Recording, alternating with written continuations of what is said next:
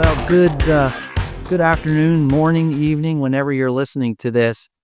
I'm really excited to have our co-directors of the Janet S. Pullen STEAM Center with me this morning, Miss Jeannine, Elisha, and Mr. Dan Shafer. And I got to tell you, we're all just thrilled about the way this building is coming along. And so this will be a kind of a freewheeling and far-ranging conversation with both of them. And well, we can't wait to get it open. And we're hoping that we'll have the certificate of occupancy as early as mid-July, and certainly we're anticipating it will be open in August for school. So, Jeannine, can you walk us through kind of not just your STEAM responsibilities coming up, but what you've done at school and what your role has been and what you think that will bring to your role in the STEAM Center? So I started at St. Stephen's in 2002. So I have watched St. Stephen's grow and change, and with it, I've grown and changed. When I started, I began as the sixth grade English teacher, and I have had two children that have come through school as well. And as they've grown, I've done things with them, like we got a football field, and I became the cheerleading coach and basically put that cheerleading program together with varsity, then JV, started just football, turned basketball. We incorporated the mini cheerleaders.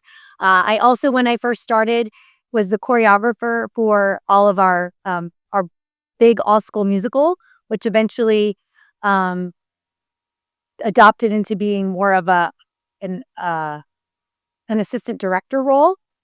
Then when Mr. Preston Boyd, my predecessor, retired, I had the privilege to take over his job and become the middle and upper school theater director. And so I've been doing that for over 10 years now. I've since hung my hat coaching cheerleading because we moved from one production to two musical productions, as well as we usually do at least one straight play a year and theater showcases for our high school classes. I took on becoming the department chair for the arts department, which I have really enjoyed. And in addition, a few years ago, I became the after-school programs director as well as summer camp. So, in other words, other than those things, you have plenty of free time. But you've done so much here, and of course, that's one of the reasons that we're so excited about you taking on this co-director role. And I know your title, which is both of you have fancy titles. Your title is Director of Artistic Events and Community Relations. Could you just tell us a little bit, maybe a couple bullet points about what are your principal roles? Well, I'm really excited about this because obviously that we're going to be utilizing the STEAM Center not just in the science, technology, engineering, and math, but also the arts. So there'll be lots of performances in that building, and I will have the privilege to oversee those, make sure they run smoothly, as well as still directing productions in that space. And then the community relations part, I'm also really excited about because it will be my job to get community partners in to utilize the space and hopefully also build some revenue for the building and the school. That's fantastic. Dan, you've been here not quite since 2002, but it seems like you've been here forever, and you're certainly growing your program magnificently. Can you tell our listeners a little bit about what your role has been, and then again what your role will be? And I'll share your fancy title too in a moment. Okay, yes. Yes, I've been here at St. Stephen's for a few years as the director of orchestras. So I'm teaching, district teaching the fourth grade all the way up through our upper school students. Although my background is a little more diverse than just music education. I also have years of being a engineering teacher as well, certified. Of course, outside of school, I'm a professional audio engineer and producer. So I do a lot of work in recording studios, of course, creating music, doing live sound, touring. I've also just you're repairing electronics and even soldering myself, kind of thing. So that sort of STEAM environment is kind of that's my home always. We're so excited to see the synergies between the two of you. Fair disclosure: when we first thought about this, we thought, well, maybe we'll have one director. But when we interviewed both of you, I realized, man, what a team! And I know your role is going to be Director of Technical Facilities and Innovations. So tell us about that. Well, on a base level, that's kind of you making sure everything's running correctly. But I think, what I'm really excited about is just helping our faculty really imagine how to use the space, how to work with our community partners. helping everyone think outside the box. That what are we already doing that we can translate to that facility, do more of, make it bigger and better. What's something new we can add to your situation as well. So just kind of, I'm really excited for all the possibilities. Yeah, I mean, one of the things that's clear about both of you is you're tinkerers, and I mean that in a really positive way. You dip your toe in a variety of things. You're not afraid to try something new, and you certainly have deep skill sets in whether it is science or technology or engineering or the arts or even mathematics, because a lot of the work that you do in various areas show that. Could you talk a little bit about what your vision for the facility is? I know in some ways this is an unfair question, but we all dream about it. What are the things that you're dreaming about and what are really exciting for you? I'm happy to go first on that one. Because I've been wanting this space for a really long time. And originally, before it became a STEAM center, it was a performing arts space. And in full disclosure, when it had become a STEAM center, I think for about a day or two, I was kind of disappointed because I thought we were going to have this beautiful theater. But then the more that I was able to explore the idea of what it meant to have a STEAM center, I got really excited. And for the last few years, I've been really hoping that I was going to have the opportunity to be a director. And I'm super excited to be a co-director because Dan and I complement each other really well. So that's going to be fantastic. But some of the things that I foresee like this building being is that community is really important, and not just the St. Stephen's community, but the community of Bradenton and Manatee County. And I would like to see the building to be kind of a replacement for what we used to have, the Bradenton Municipal Auditorium. That was a place where the community would gather for workshops. It would for productions and not just performances, but even like holiday gift markets, fundraisers. And so I would love to see our STEAM building become something like that, where people, whether it's a small group, wants to come and do some kind of book reading or writing workshop, to something really big like a community fundraising group, like doing a holiday gift market, like a junior league or organizations like that. That's very exciting. Dan, what are your thoughts? Yeah. Oh, I mean, I'm love that you start with community. That's definitely a big focus to me. A lot of aspects of my life about here on campus, of course, everything I do outside of school as well is is community. I always think that's what's super exciting. Like you said, we can bring more people in here. We can have that different types of growth and connections with organizations, with people, with the people who live in our area as well.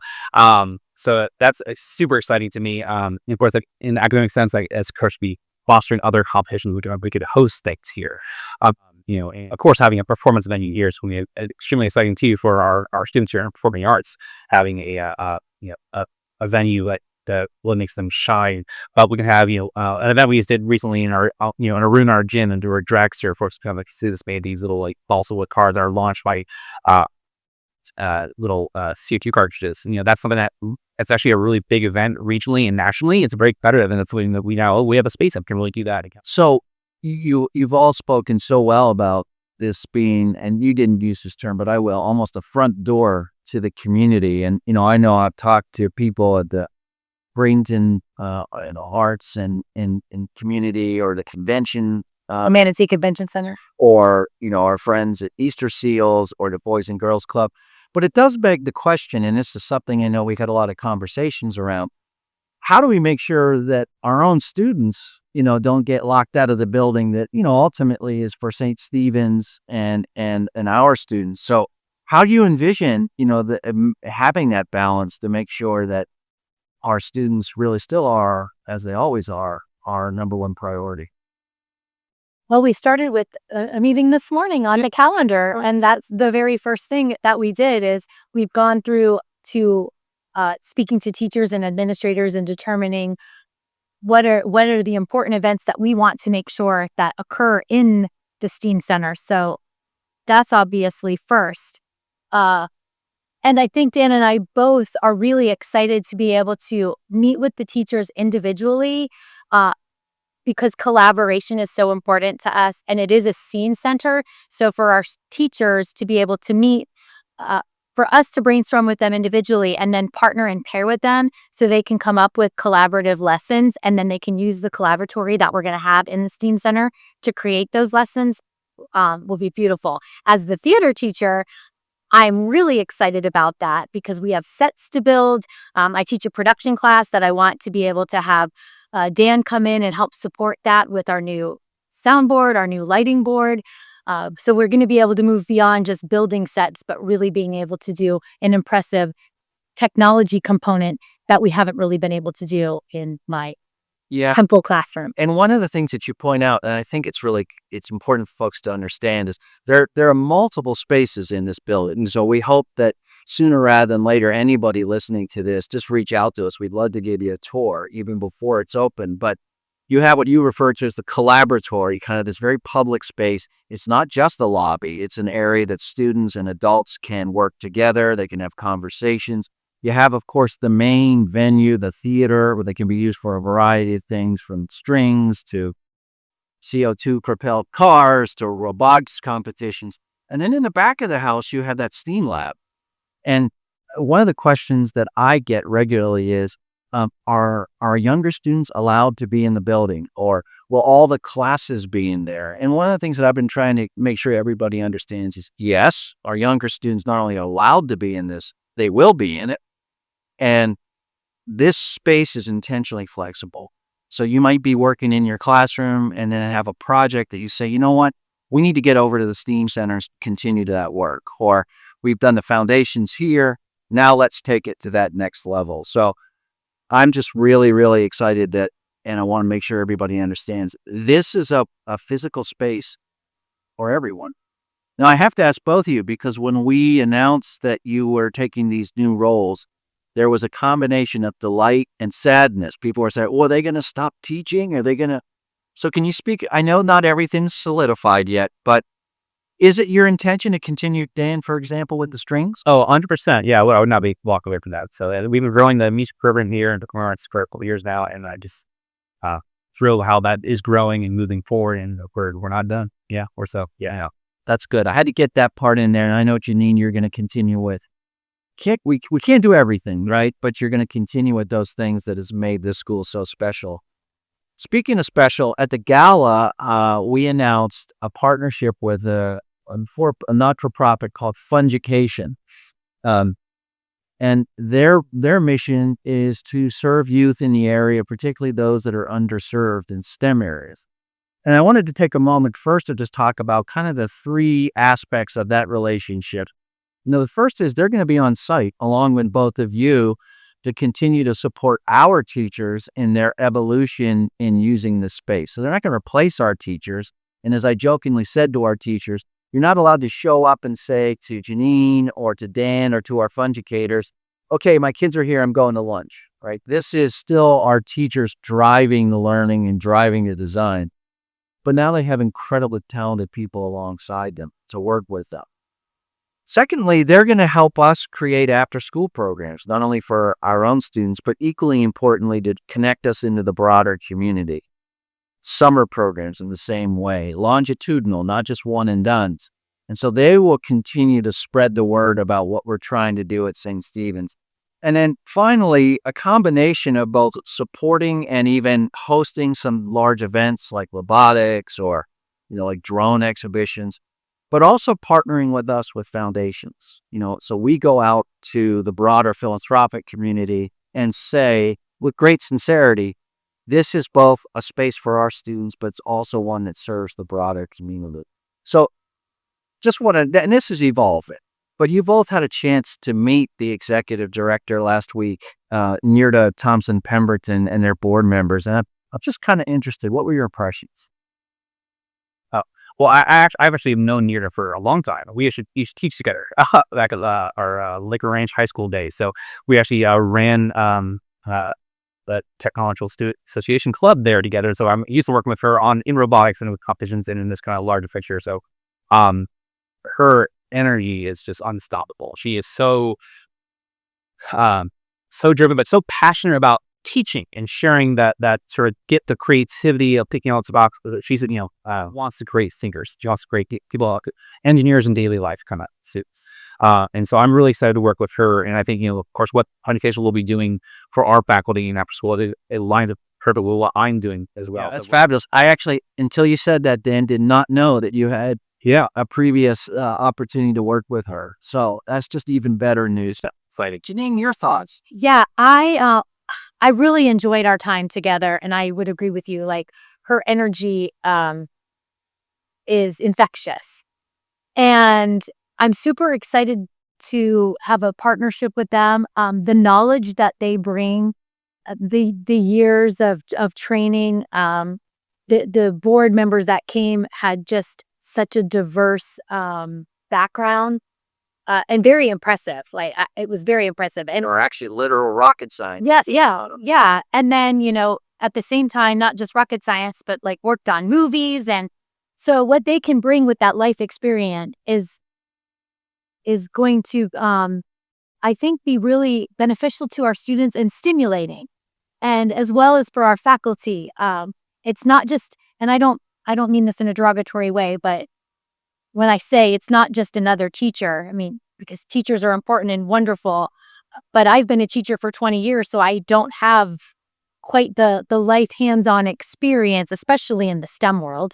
I do in the arts world, but in the STEM world. So to have somebody who's a true professional in those careers, and that were engineers and rocket scientists before they came to teach, can offer something that just someone who's classroom trained and then become a teacher, we don't have those same skill sets. That's right. And again, that's the vision, right? Is to teach our teachers, and I think that we can't say that enough. And every great teacher, and I believe that most people in independent schools should call themselves teachers. I still feel that way. Every great teacher is a great learner. Yeah. And I know that I've already learned so much from each of you as well as from them. So I'm just delighted that we're able to have that partnership. So as we're kind of getting to the end, I want to play a little game with you. These are hard questions, by the way, and partly because we haven't even gotten into the building yet. But let me start with the first one. It's just a little fill in the blank. Something that might surprise people about the Janet S. Pullen STEAM Center is blank. I'd say that we already have a few organizations that reached out to me and said, how can I get in there?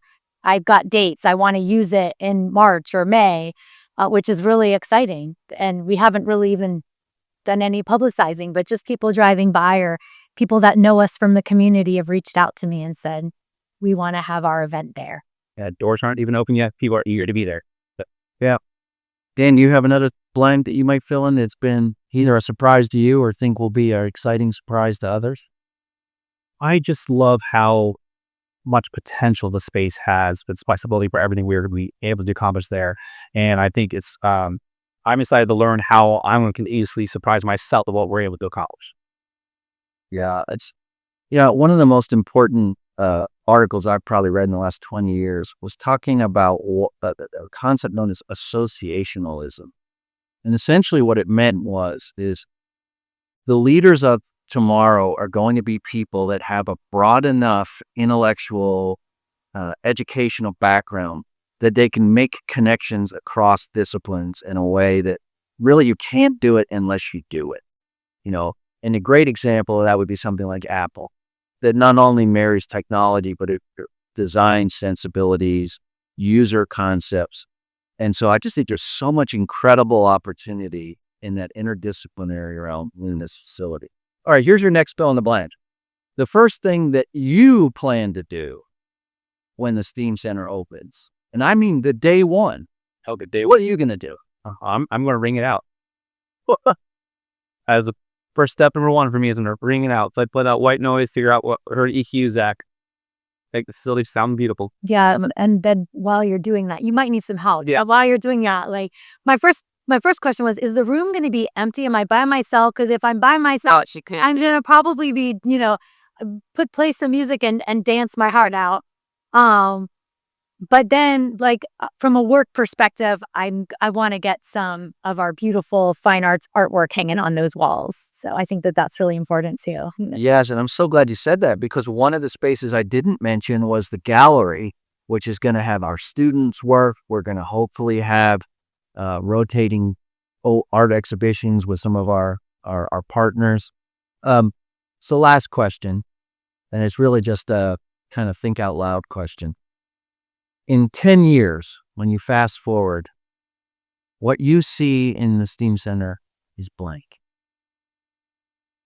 I think we were talking about this earlier, but I definitely envision it as, this bustling center for our community, not just on campus, but at the broader community as well. So it's going to be a cornerstone of this life in the Brayton area.